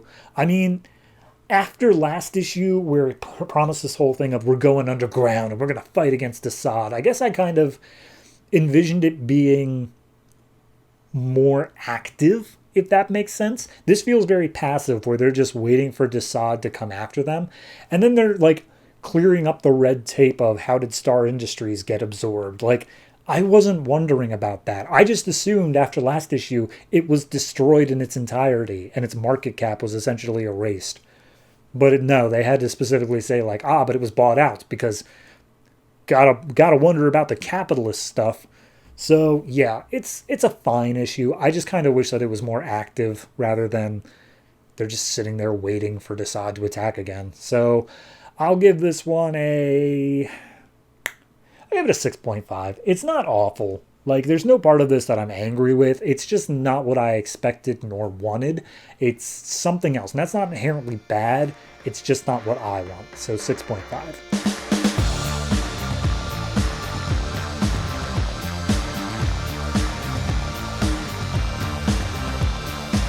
Suicide Squad number 21, written by Alice Cott, art by Patrick Zircher. So last issue, we got a whole bunch of new members, unknown soldiers running the team. James Gordon Jr. has been brought into things. Deadshot, they told how they've been revived numerous times from actual death. Voltaic's super dead, and Harley Quinn is super pissed off that she got tricked by a fake Joker. This issue picks up pretty much, it picks up in the future, 17 days from now in Vegas, where Deadshot's like, you know what? We kept Waller alive. I didn't think we'd do it, but it's so worth the deal because we only have 11 months more and then we're free. And then we see this giant monster he's facing down. So at that point, Waller's saying something about finding OMAC, because I vaguely remember in some other book, OMAC came back to light. Maybe it was even this book. I'm so confused, but regardless, we see that Harley is cuddling up with Unknown Soldier on the camera, and then she whispers into Unknown Soldier's ear, Waller, I am so sick of your games, and she shivs Unknown Soldier. So Waller calls in all the guards. Gordon Jr. is immediately up out of his chair, trying to check on Unknown Soldier's thing. Harley's running down the halls, killing guards, coming after Waller. Waller puts in a lockdown, but the lockdown fails. And so she calls out to Harley like, Harley, you still got a bomb in your neck. I swear to God, I'll blow you up if you come anywhere near me. But Harley's already standing right behind her, knocks the detonator out of her hand and says, look at my gangster skills. That was an actual 4 speech bubbles to say, look at my gangsta skills. So at this point, Deadshot, who's still being shown all this weird imagery or whatnot, Harley pops up saying like, hey, I'm in charge of things now and I got all the buttons under my control. Come on down. Let's have some fun. And she lets Deadshot out of his restraints. And then Harley, having tied up Waller now, is just basically talking to her. And Waller's like, did you plan all of this? Like, did you know that my lockdown would fail? And she's like, no, I have no idea how that managed to work out. Lucky me, I guess. So Gordon Jr. is still checking on Unknown Soldier. He's like, go take care of Waller. Barricade yourself inside. I've dealt with worse than this. So Gordon Jr. is going back off. Deadshot gets stopped by some guards, but before he left the room he was in, he took some scalpels and he uses them to assassinate these guards and make his way down. He runs by the cell of Cheetah, and she's like, hey, handsome, let me out. And he's like, can I trust you? And she's like, absolutely. And he's like, that's what my first wife said. Ha ha. And so he leaves. Then we see that Harley is doing psychoanalyst on Waller, just like, why do you have a Suicide Squad? Do you have this need for control? Do you feel the need to put yourself in a superior position to others? Is it a response to you seeing all the uncertainty in the world and trying to make a little bit of certainty out of it? What do you say, Miss Waller? And then we cut back to Deadshot, who's now come across Unknown Soldier. He's got a sniper on him. And so Deadshot's like, how about we fight hand to hand? Unknown Soldier takes him up on it, and then as soon as he puts his gun down, Deadshot throws one of the scalpels into his leg, gets a good punch in on Unknown Soldier, who gets a good punch back, but then he punches Unknown Soldier in his stab wound, headbutts him, and manages to take him out. So at that point, James Gordon Jr. sneaks up behind Deadshot, knocks him out, and is like, okay, Soldier, you all right? It seems like Soldier's dead. We get confirmation later that he's okay, but yeah. So Gordon Jr. now has Unknown Soldier's gun. We see that Harley discovers that all of the death row inmates of Belle Reve are being used to fly drones for the U.S. military. So Harley hijacks one and crashes it into a U.S. Army helicopter, and just like, oopsie, oh well. Anyway, Deadshot's going to be here in just a few minutes, so I want to talk to you about my plan, and it's going to be a great one. And at that point, Junior shows up, and he's like, hey, Harley, nice to meet you. I'm James Gordon Jr. Please put the knife down.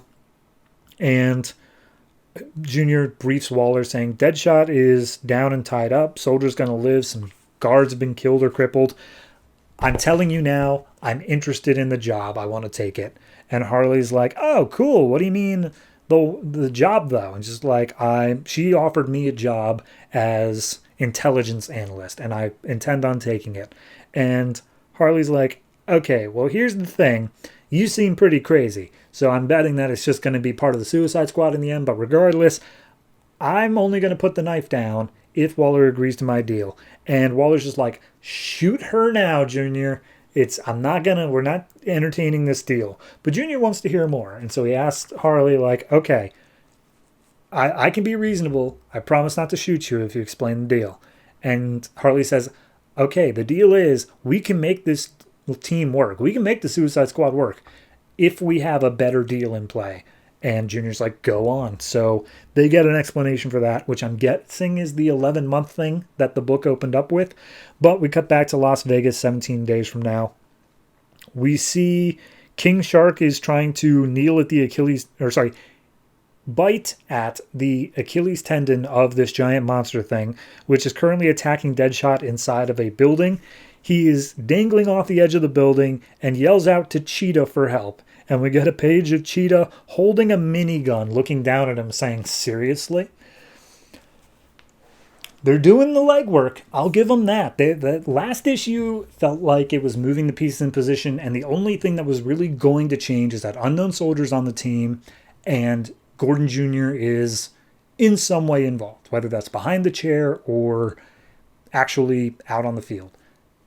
But now they're laying out, this is an entirely new Suicide Squad, not in the fact of the teammates, but in the fact of it sounds like there's a new deal going on where they're going to lay out this idea that the Suicide Squad has a definitive release date, that they need to work for a certain amount of time, and therefore rather than until your crimes are atoned for, or whatever language they used before. I'm interested in that. I think it's an interesting ideal to say, like, in 1 year's time, Suicide Squad roster will be totally changed out. Now, obviously, they sell gangbusters. Harley being on the team is just a thing. So, I doubt it's going to happen. But it's an interesting new mechanic, and with all the new members on the team as well, including Cheetah, I'm interested. They're revitalizing it into something new. So, do I really have anything negative to say about it? Not really. It's very decompressed at the moment, but I don't have a huge problem with that as long as it's an interesting story being told. So, I mean, this entire issue was probably at most 5 minutes of like actual real world time. So it was a very decompressed issue, but it's not bad. It's not a bad one at all. I'll give this one I'll give it a 7.5. It had an artistry to it that's hard to explain, but it is a well-written issue as well. So 7.5 for Suicide Squad 21.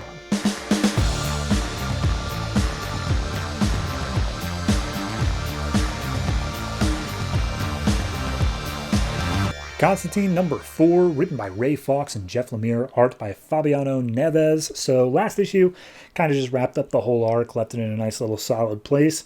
This issue picks up with Constantine being held back and about to be tortured by Papa Midnight.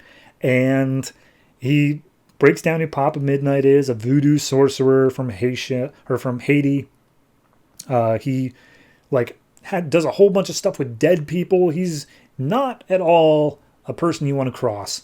And John Constantine stole something from him. So we see him being held down by Papa Midnight's guys, and Papa Midnight explains, like, look, I let you chill in Manhattan because you came to me with some respect, but now you've stolen from me, and I gotta punish you. And John's like, well, right pickle I've gotten myself into. I'm about to lose an arm because I tried to steal from this guy, but let's see what I can change about that. So we cut to 3 hours earlier, and John is apparently stuck in a rut after his last adventure. He's looking for something fun to happen.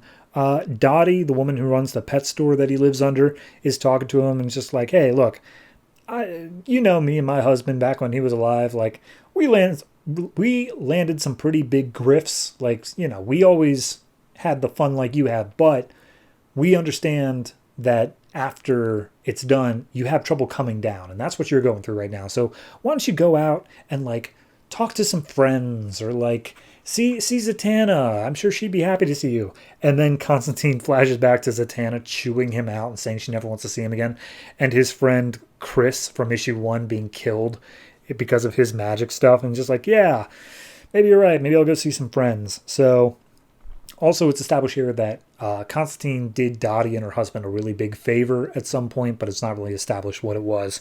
So he makes his way down to the corner store to pick up some cigarettes, and he sees a guy running a con on the cashier about, like, being shortchanged or whatever. Basically managed to make like $9, and Constantine's like, that's small pickings. I don't have to worry about that. So he goes off, and he's like, yeah, you know, maybe I do need to go see some friends. So he makes his way down to a nearby bar that is run by his friend Lloyd. And Lloyd's like, oh, by the way, Papa Midnight's boys showed up here. They were looking for you. Said you stole something from them. I drove them off, but they're going to keep hanging around here until they find you. And just like, yeah, well, that's kind of the point, isn't it? And at that point, door kicks open. Guy's like, Papa Midnight's been looking for you. What's the matter? Don't answer your calls. And Lloyd's got his hand up. Constantine's like, well, Lloyd, been nice talking to you. I got to go see Papa now. And they start beating up Constantine with a crowbar. And they say, I'm going to hit you one day for every day we had to wait. That's 3 days total. And so they hit him 3 times with the crowbar. And Constantine's like, fair enough. Let's go see Papa. So they get in the car and they are led to this mansion. And he's like, well, he left me alive, so I guess Papa at least wants to talk to me first. So that's a plus.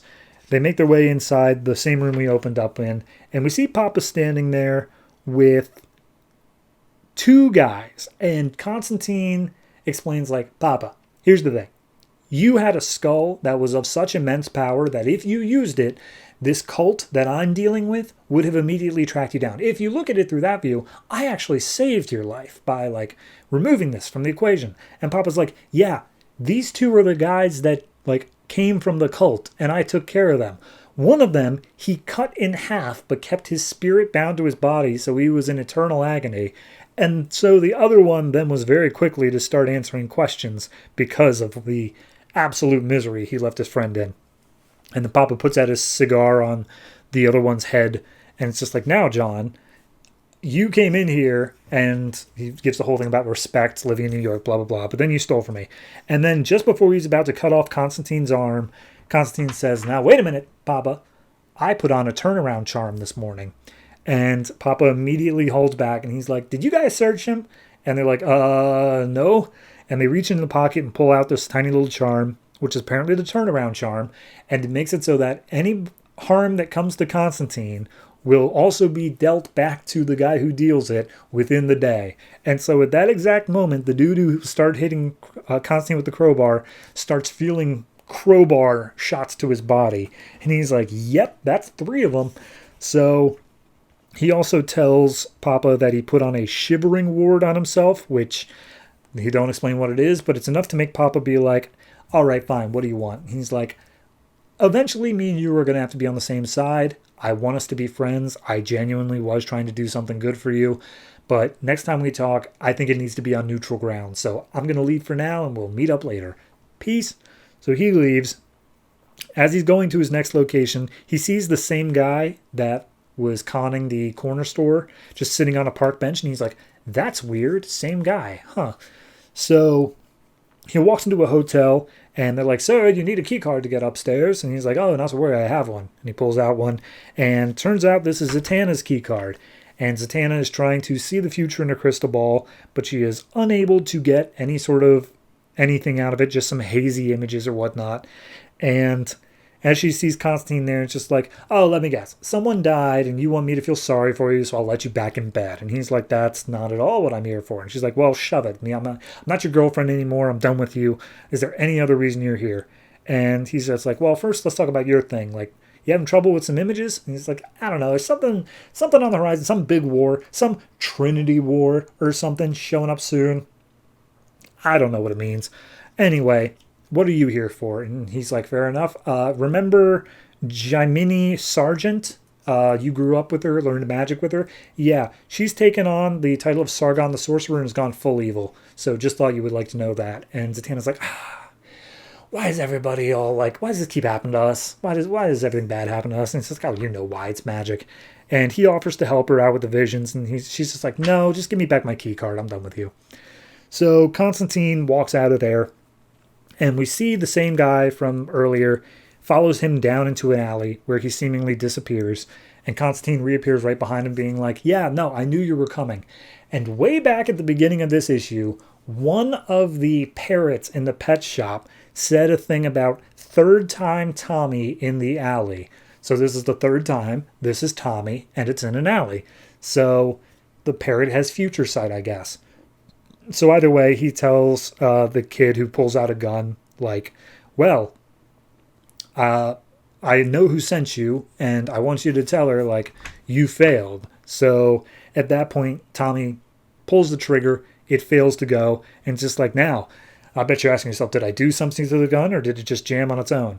And he headbutts Tommy in the face and tells him, "Yeah, look, I'm taking your wallet. I'm taking the money out of it. But the rest of it you can keep. And go tell Sargon that I just turned this around on you and managed to rob her hitman. Like, that's going to put her in her place. Now get out of here."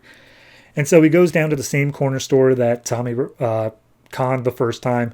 He leaves a $50 bill, says keep the change, and just like, "Yeah, just doing my public duty here." And as he goes back to the pet store, Dottie's like, "Well, did you take my advice? Go see your friends?" He's like, "Yeah, you know what? I did. And I'm feeling plenty fine now. Thanks, Dottie." And as he walks by the parrot now says, "Tomorrow it begins. 50 million deaths after light falls. Like John, like John." So that's concerning. Either way, I believe next issue is the first time we're getting a Trinity War tie-in. That's a whole thing going on. We'll see how that turns out. Overall, though, it's good. It's a solid just oneer. Just get it out of the way. It does feel like it is setting up for bigger things, possibly for Trinity War, maybe for stuff that comes afterwards. Not sure yet, but it's just a nice little one and done issue. You don't really need to know anything about what went into it or what comes out of it. It just is its own thing. So overall, I'm going to give this one I'll give it just a flat 7. It's perfectly fine on its own, but not anything fantastic. So not much more to say about that.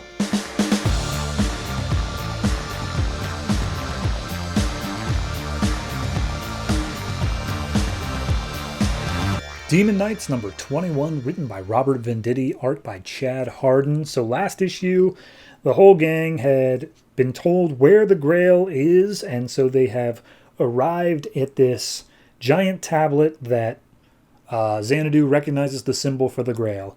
And we pick up immediately after that, and Xanadu's like, "I'm telling you, it's the Grail, guys. This is it. This is how it's going." The rest of these runes, though, no idea. Absolutely no clue. And Suryasten turns to Etrigan saying, like, "Well, you're Hellspawn like Merlin. Can you read it?" And just be like, "No, if I was fluent in Merlin's magic, I would undo the curse I have on me, you idiot." And at that point, Exaristo steps up and just like, "Okay, well, I can't find any other part of the door to like unlock it or even hinges. It seems like it's just part of the wall." And Xanadu's like, "Okay, well, there's somebody who was a scribe for Merlin and therefore is very familiar with how he writes his stuff." And Etrigan's like, I don't want to switch with him." And Xanadu's like, "Hey, look, clearly we're going to do a fight soon if like we're going for the Grail or whatever. I need you rested up. Just go back to hell. We'll get him in, and then you can come back, my love. And he's just like, fine, whatever.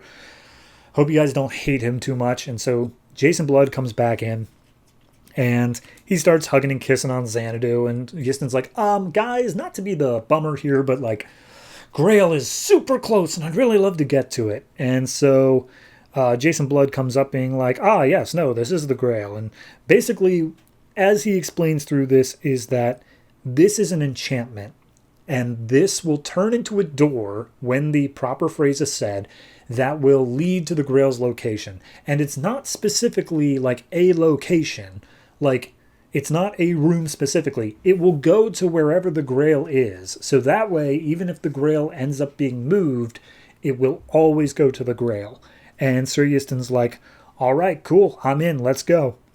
And Exoristos is saying like, okay, but like, you got bitten by a vampire, so maybe you are not healthy enough to go through wherever this thing might spit you out, because the other caveat is it's a one-way passage. You got to find your own way back from wherever the Grail drops you off. And Yston's like, okay, but it's kind of my mission. Like, I really want to do it. And Exoristos points out, like, you have done your due diligence. You've gotten us this far. Let your team help you. And Yston steps down. Horsewoman's like, yeah, I can't go because, like, if it's a place that's going to require something smaller than a full horse, I'm kind of useless. So Xanadu and Jason step up being like, we'll do it. We're able to magic our way out of any situation. And Vandal Savage pops in like, you guys have already betrayed me once. I'm not letting both of you just go when I could get treasure out of this as well. I'll be going with Jason. And Jason's like, I hate that idea, but fair enough. Let's go. So they say make their way back to Al Wadi and they'll meet up with them there.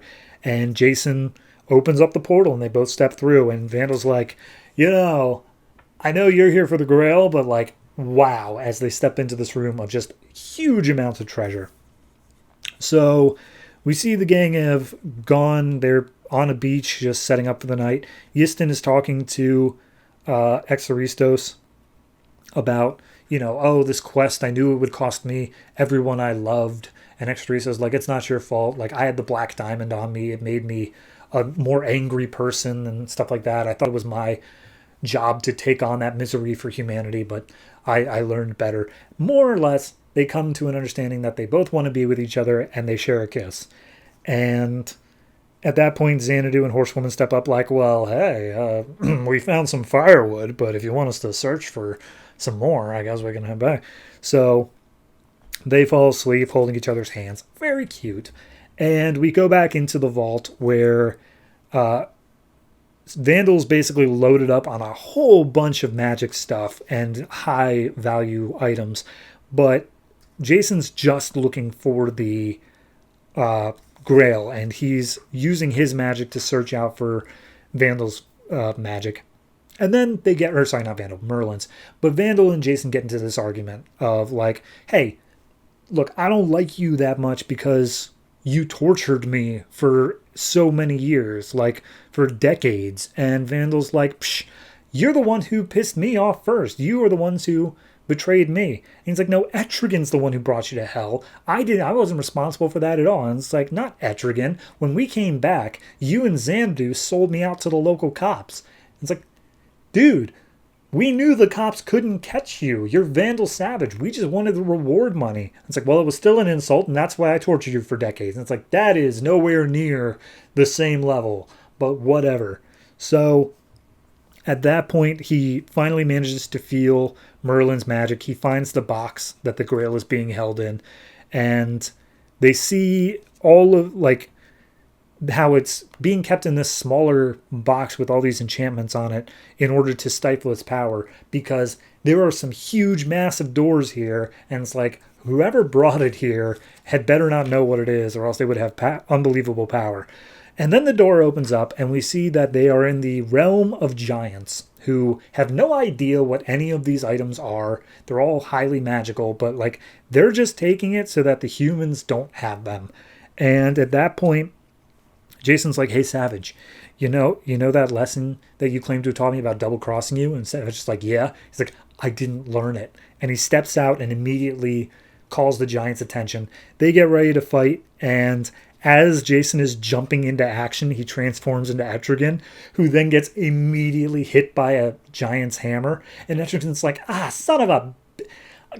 I hate that kid. And Vandal's like, yeah, me too. He's the worst. So we see Jason arrives in hell in Etrigan's place, and Lucifer's like, hey, man, how's it going? I'm here to torture you some more. And Jason's like, not this time. I need you to take me back to where my friends are. Just like teleport me straight there instead of in Etrigan's place. And Lucifer's like, why would I do that? And he's like, because I got the Holy Grail, and I don't think you want to see what would happen if I expose it to hell. And Lucifer's like, oh, okay, all right, that's a big deal. So the fight with the giants is still going on, but Vandal and Etrigan are just losing. And Etrigan's like, as much as I'd love to stay here and get my ass kicked, I'm a bail. You can have Jason back. And Vandal's like, fair enough. I can't wait to see him get crushed into a pile of nothing. So Etrigan goes back to hell, but nobody shows up in his place. And Vandal's like, I need more dependable friends, as he faces down the giants. So Etrigan comes face to face with Jason in hell. And Lucifer's like, okay, Etrigan, no hurting him. Here's the thing. He's got the Holy Grail, and he just wants to be teleported back with his friends, or else he's going to really mess up the whole thing I got going on here in hell. So yeah, that's what's happening right now. And Etrigan just stares down Jason's like, oh, we will meet face to face again, and then I will kill you. There will be a reckoning.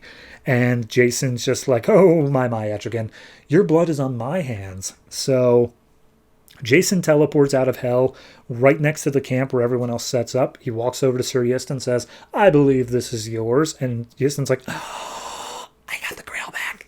Oh my God, I'm so happy. So then Jason's like, all right, guys, I know you guys want to rest for the night, but we probably should get going because there were giants keeping that, and I have a feeling they're going to want to try to get it back. So Xanadu points out, oh, where's Savage? And Jason's like, oh, he's gone.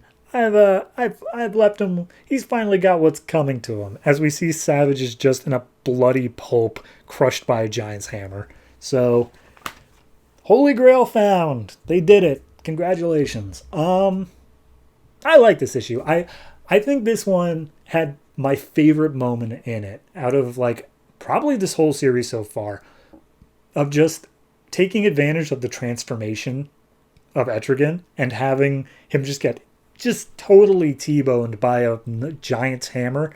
It was a funny little bit. I audibly laughed at that. So yeah, no, it was an enjoyable issue. I think that they did a good job of, they set up all this stuff and they wrapped it up in a way that felt pretty satisfying. It was very clever on Jason's behalf. It really pumped him up as a character that can make these sort of clever decisions rather than just the muscle of Etrigan. So yeah, I'll give this one... Honestly, I'm going to give this one an 8. And the only thing that's keeping it from an 8.5 is I'm not huge on the art. There's a lot of issues with the art style in this that I'm just not a huge fan of. But it's still a very well-written book. And if you can get past the art, it's well worth checking out.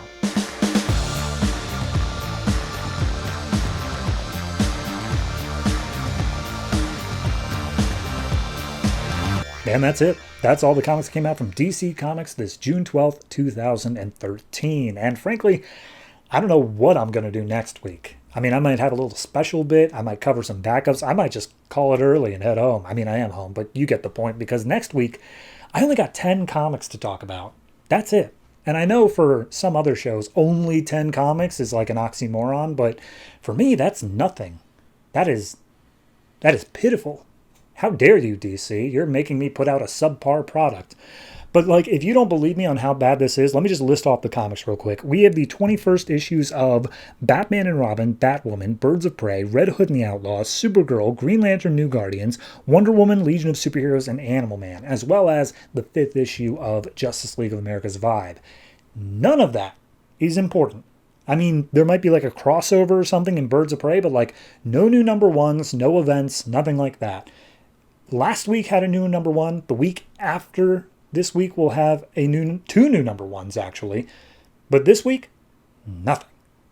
This is borderline a travesty, where I have to just talk about the most boring crap. And it's weird that I say that when I'm sure it's going to be like spacefaring adventures and crap like that. But still, boring in comparison. So, yeah, anyway, that's enough out of me. If you have any comments on any of the comics I talked about this week, last week, any week at all, go ahead and hit me up on Twitter, Discord, Reddit, Patreon, anything that's listed in the description or on screen. Gotta tell you, getting really hard to find a social network that doesn't suck. If you have any suggestions, please let me know, because I'm running low. Discord is good and Patreon is great. Definitely check out Patreon. Spend your money on Patreon. But that's going to do it for me. Thank you very much for watching, listening, however it is you consume this product. 5 stars, thumbs up, blah, blah. You know the drill by now. And always try to remember, if it ain't broke, don't fix it.